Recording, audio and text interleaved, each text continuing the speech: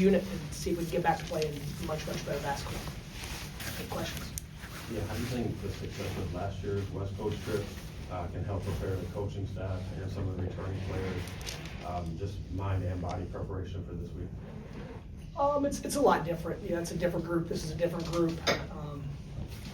As far as experience, it's just every situation is so different. But obviously, we're confident that the time spent together will be used wisely. And so we have to get better this week, much better prior to playing Washington, and then use that to learn more about ourselves as we prepare for Oregon.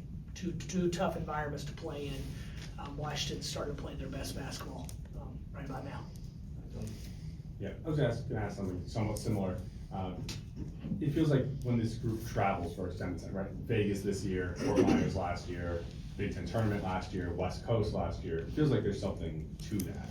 What I guess, what is it that makes you guys good in the multiple game in one location situation?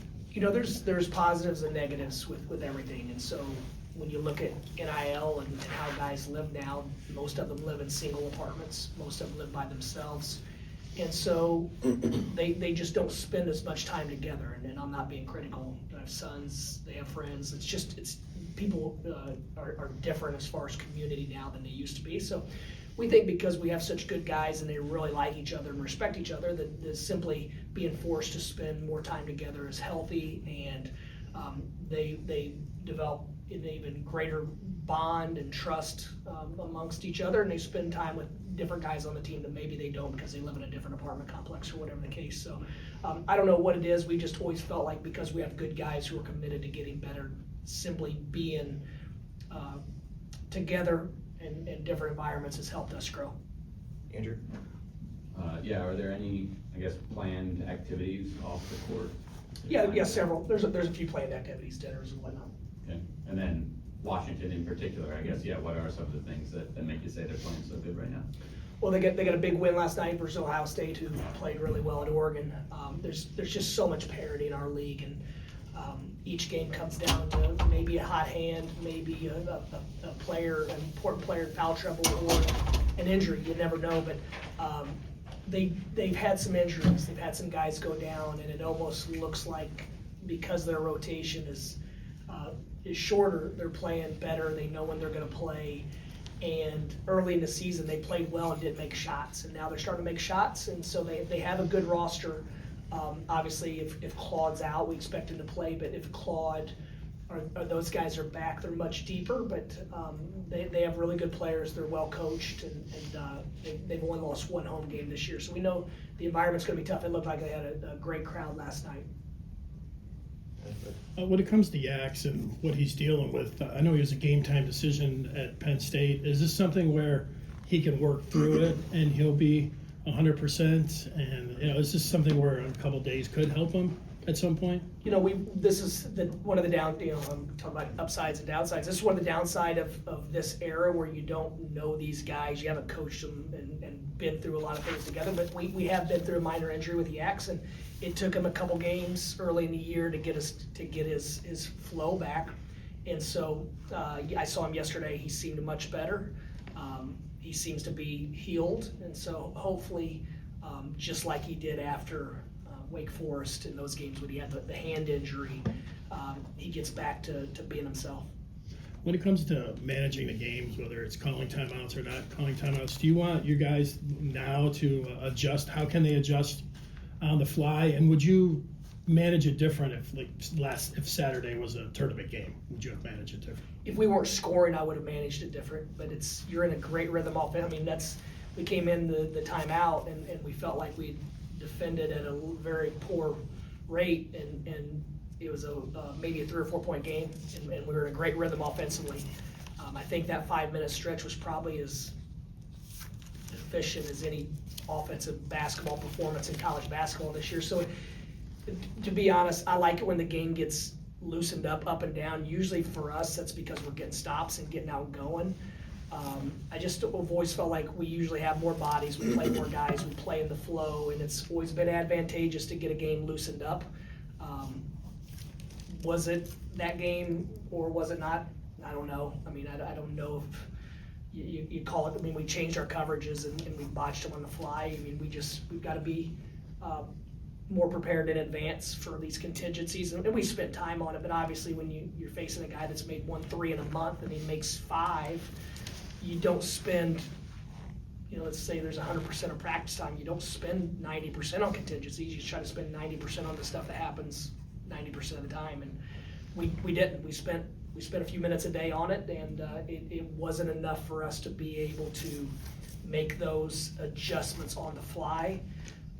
But then when we changed our personnel, the same thing happened, and then when we changed our coverages, in reverse order, the same thing happened. So I'm not sure what I would have said in a timeout that we weren't able to communicate on the court, other than maybe just, I don't know. We were playing well offensively. We just weren't able to get stops. Our communication, our physicality, and we had some guys that were uncharacteristic things were happening to them. And so you have to give Wisconsin credit whenever maybe a player's done this really well all year, and for the first time he's not doing it well. I don't think we would have taken those guys out. They were in a good rhythm. They were playing well. So. In hindsight, I wish I would have done 150. I wish I would have started a different lineup. But before the game, after the game, during the game, I wish I would have called all my timeouts early or late. I mean, when you lose, was our processes good? We didn't lose because of our plan, but we lost as a combination of our plan, our execution, our preparation. And so all those things rolled into one, and you lose a one-possession game. You talk a lot about shared sacrifice, and I'm wondering, with you guys going to Oregon later this week, Justin Joyner, and kind of what that type of sacrifice is with his wife coaching out there, and how much respect you have for that. It's a very unique family dynamic where you have 2 high-level coaches in different sports, and that's a lot of times one or the other. I've worked with a lot of really talented female basketball coaches that their husbands have put their careers on the side. And then I've seen the opposite, where women have retired from being effective coaches or whatever positions because their husbands are in athletics. So it's unique that they're able to do. They have a lot of family help, family support. They're both great parents, and so obviously the geography makes it tough. But they're both very. I can't tell you how many times they're FaceTiming with Wesley on the phone with them and whatnot, but I think it's kind of cool that they at least get to see each other in that environment once or twice a year. I know Oregon's women's soccer played Ohio State last year, so it's tough, but sometimes when you're chasing greatness, or you're trying to max out your human potential, then you have to make these types of sacrifices. So I applaud both of them. And then similarly, Winters Grady, how has he kind of handled things, and kind of where is he growing, I guess, behind the scenes that we're not quite seeing until the end of some games? How's he growing? Like the rest of our guys, he's in the gym. He was in the gym this morning. I walked past him and he was dripping wet. But I didn't watch to see what he got better at. In practice, we moved him to the scout team some to get up to speed defensively and to continue to learn different nuances. For example, he's an elite shooter, and Purdue, I think Lawyer's a great example of someone that has a lot of game off the ball as far as getting open and being deceptive. And so if he can mimic him for 3 or 4 days, and that's just the first example that came to my mind. I know we have Washington and Oregon first, but then if he could learn a lot by going in part and being that guy for a few days. So he's doing all that. He loves the game. He loves ball. We're going to need him sooner than later. I mean, we needed some shot making last game, but just the situation of it, we felt confident going with the vets. Dusty, you've mentioned intensity a number of times throughout the season as something that's been concerning to you. Is that something you can coach up in practice or a game, or does that need to be player-led? I feel like we played at a really high level of intensity up until just recently. So every game I watch, there's usually one team that's playing with more intensity for whatever reason. And so will we ever be satisfied with our intensity? Probably not. Just part of being a championship team is the focus, concentration, intensity that goes into winning at a high level. And until we are at a 10 out of 10 in those categories, then you're probably going to hear me talk about it. But I don't feel like I feel like this team's played with more intensity than our team last year, and most of the teams we played against this year. A week ago, when you were asked if you subscribe to the idea of dropping a game to maybe serve as like some sort of wake-up call, you said probably not and would rather just keep winning, and obviously that's obviously the goal. Now that you are in that situation, is that a message that maybe resonates a little bit more? Are you still looking to, go in the mindset of I'd say check back with me and see how we respond to this. We obviously didn't respond to playing well like we needed to, as far as getting hungrier and whatnot. We seemed a little bit satisfied. I don't know if we, I don't want to put words or thoughts on our guys, but we didn't play with the same edge. And part of that could be injuries, part of it could be foul trouble. I mean, there's so many things that go on in a game that affect the outcome that probably aren't noticed by the naked eye. I mean, Elliot Cadeau picking up 2 fouls, that hurt us.